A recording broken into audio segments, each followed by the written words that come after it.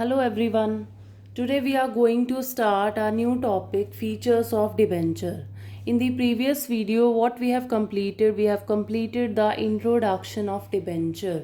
मैंने अपनी previous video में आपको debenture का meaning introduction दिया था. So now there is a turn to discuss about its features.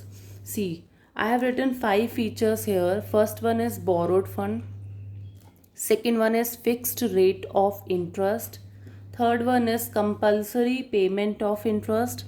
Fourth one is charge against assets. And fifth one is no voting rights. चलिए discuss करते हैं about these features. First one is borrowed fund. जब मैंने आपको honour fund और borrowed fund का difference कराया था मैंने आपको एक चीज़ आपको बताई थी कि please learn the sources of owner fund and sources of borrowed fund. हमने जितनी भी प्रीवियस वीडियोस बनाई हैं about equity shares, about preference shares, about retained earning, GDR, ADR, IDR. So ये सारे जितने भी सोर्सेज थे these were the sources of owner funds. So here is a borrowed fund means borrowed fund के जितने भी सोर्सेज हैं like debenture is one of them. So we are discussing about its debenture and debenture comes under borrowed fund. जो borrowed fund के sources अगर आप difference पे देखेंगे तो वहाँ पर फर्स्ट नंबर डिबेंचर का ही है. Question arises here, why it comes under borrowed fund? Because whenever we are issuing debenture, that means we are taking loan from the other people. हम डिबेंचर इशू कर रहे हैं, इसका मतलब हम दूसरे लोगों से क्या ले रहे हैं, लोन ले रहे हैं. That is the reason it comes under borrowed fund. चलिए पढ़ते हैं इसको. Debenture constitute the borrowed fund of the company as I told you. Therefore, debenture holder are termed as the creditors of the company.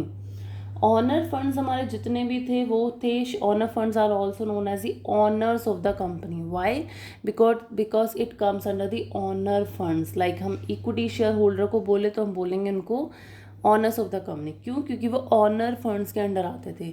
Debentures को आप बोलेंगे borrowed fund क्योंकि ये creditors होते हैं, ये बोरोड फंड के अंदर आते हैं. That is the reason it is the creditors of the company. Second is what?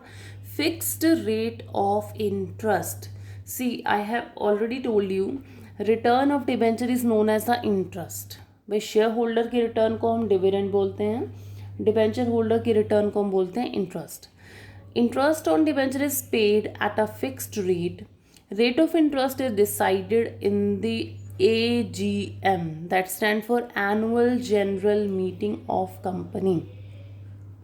यहाँ क्या कहता है कि डिबेंचर्स का जो रेट ऑफ इंटरेस्ट है दैट ऑलवेज रिमेन फिक्स्ड, वो हमेशा फिक्स्ड ही होता है. और जो रेट ऑफ इंटरेस्ट डिसाइड होता है वो कंपनी की AGM में होती है. ना AGM क्या होता है? AGM stand for annual general meeting. Company की एनुअली एक मीटिंग रखी जाती है जिसमें बोर्ड ऑफ डायरेक्टर्स होते हैं.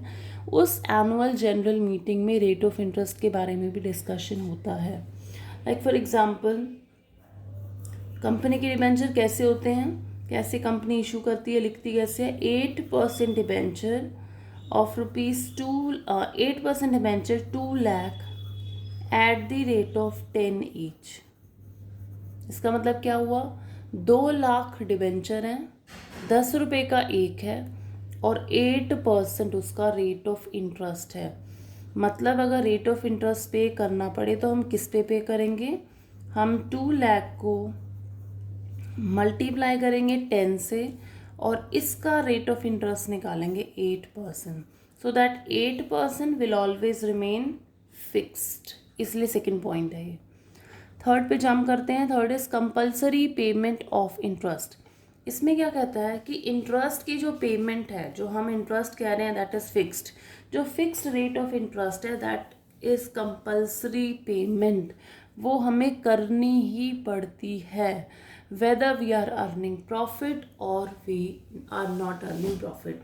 Like in case of shares की केस में क्या होता था कि हम जो शेयर होल्डर्स को रिटर्न देते थे, शेयर होल्डर को रिटर्न क्या देते थे हम? डिविडेंड, है ना.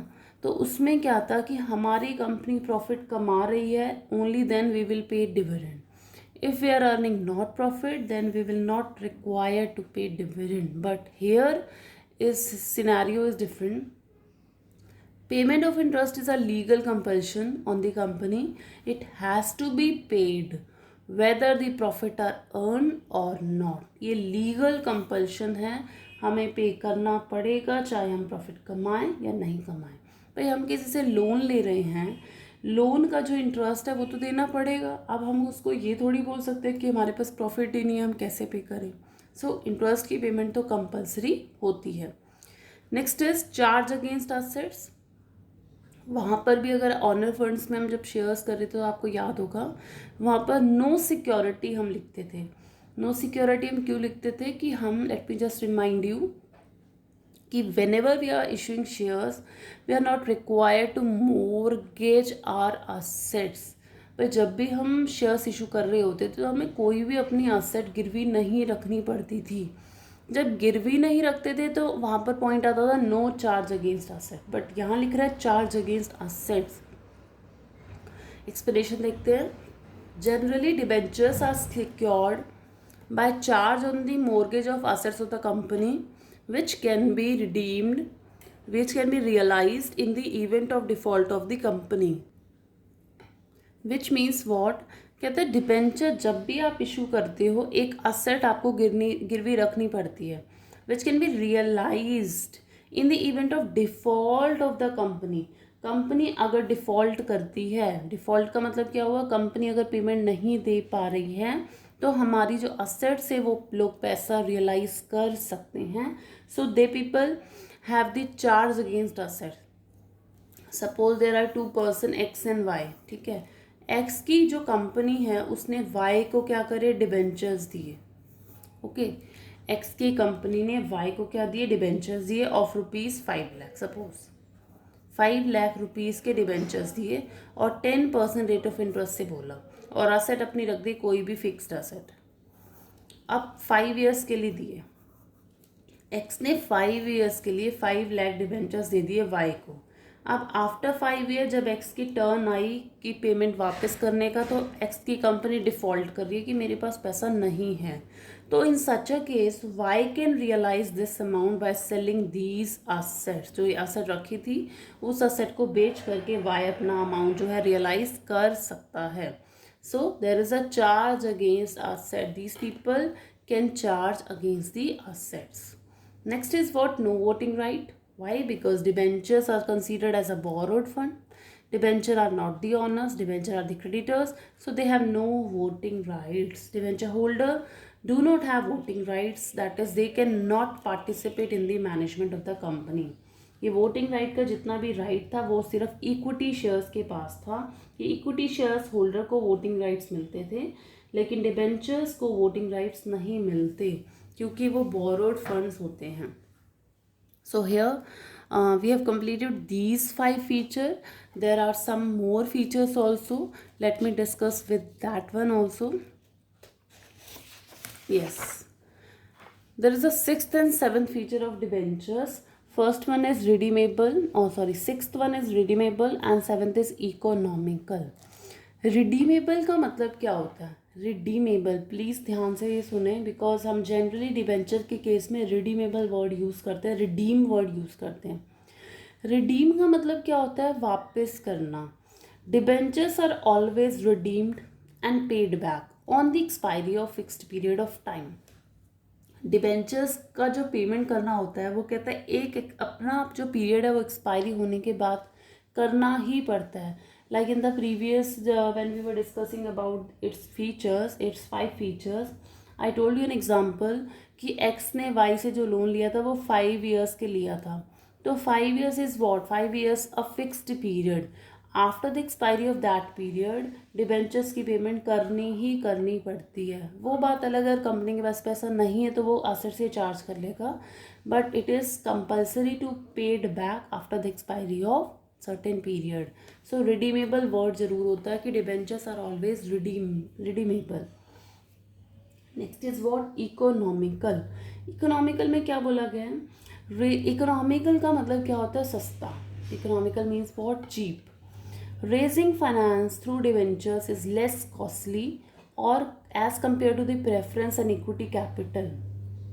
Reason is here क्या बोला पहले इसने, क्या था, डिबेंचर्स के through if you are raising finance, see whenever we are issuing shares, whether equity or preference, okay, whenever we are issuing debentures, that means what, if we are issuing debenture, if we are issuing shares, whether equity or preference, that means we are raising what, we are raising finance.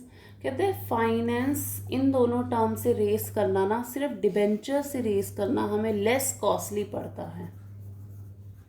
Share से पैसा race करना हमें थोड़ा महंगा पड़ सकता है, लेकिन डिबेंचर से हमें थोड़ा लेस कॉस्टली पड़ता है। क्यों? As interest payment on debenture is a tax deductible expense. क्यों कह रहा है? इंटरेस्ट जो हम डिबेंचर्स की देते हैं वो हमें टैक्स में कहीं ना कहीं डिडक्ट करवाने में मदद करता है। हाउ इट हेल्प्स, कैसे मदद करता है, चलिए देखते हैं। सपोज मैं यहाँ पर दो सिचुएशन आपको दिखा रही हूँ। There is two situation. In first situation में and in the second situation, ठीक है। फर्स्ट सिचुएशन में कंपनी ने ना डिबेंचर्स इशू करे हैं 10 लाख रुपीस के eight the rate of 10 each. And second situation में जो डिबेंचर्स इशू करे हैं वो कंपनी ने नहीं इशू करे, यानी कंपनी ने लोन नहीं लिया, ठीक है। सपोज कंपनी का जो EBIT है, यानी कंपनी का जो प्रॉफिट है वो सपोज 5 लाख का है। In both the situation company earn a profit of ₹5 lakh. Now there is a payment of paying interest. सबसे पहले हम क्या देते हैं? इंटरेस्ट, ठीक है। इंटरेस्ट इसमें कितना बन जाएगा? कंपनी ने 10 लाख रुपए है, सपोज 10 लाख रुपीज़ के डिबेंचर इशू करे हैं, जो 10 रुपये का एक था, sorry 10 lakh debentures at the rate of 10% rate of interest है, ठीक है। This is at 10% rate of interest. तो 10 लाख रुपीज़ पे हम 10% रेट ऑफ इंटरेस्ट देना, तो कितना हो जाएगा? 1 लाख रुपीज़, ठीक है। तो it comes 4 lakh after paying interest. क्या आएगा? 4 लाख। यहाँ पर हम इंटरेस्ट देंगे, यहाँ पर हम इंटरेस्ट देंगे ही नहीं। क्यों? क्योंकि हमने डिबेंचर्स लिए ही नहीं। जब हमने लोन नहीं लिया तो we are not required to pay the interest, so here comes 5 lakh, ठीक है। Now there is a turn to pay the tax. Tax payment करने की बारी आती है। सपोज टैक्स रेट जो है वो 30% है, तो 4 लाख का 30% आप काउंट करेंगे, it will come 1,20,000। And here you will also calculate the tax at the rate of 30%। so here it will come 5 lakh का 30% आप करोगे तो इट विल कम 1,50,000, ठीक है। तो अब देखें जरा आप, whenever we are taking debentures, जब हम इश्यू डिबेंचर कर रहे थे तो हमें टैक्स पे करना पड़ रहा था 1,20,000। जब हम डिबेंचर इशू नहीं कर रहे, जब हम लोन नहीं ले रहे, तो हमें टैक्स पे करना पड़ रहा है 1,50,000। तो डिबेंचर से पैसा रेस करने से थोड़ा कम कॉस्टली पड़ता है, क्योंकि टैक्स हमें आ जाता है, टैक्स की थोड़ी सी बचत हो जाती है। यहाँ देख सकते हैं आपके 1,20,000 आ रहा है if you are raising finance through the issue of debenture, and here we are not taking any kind of debenture, so it will come 1,50,000. just because of this it is called the economical, थोड़ा सा सस्ता पड़ता है। why? because interest on जो debentures है that is tax deductible expense. So here we have completed all its features of debentures. In an upcoming video we will be discussing about its types. So types of debenture पे हमारी next video होने वाली है। Thank you so much.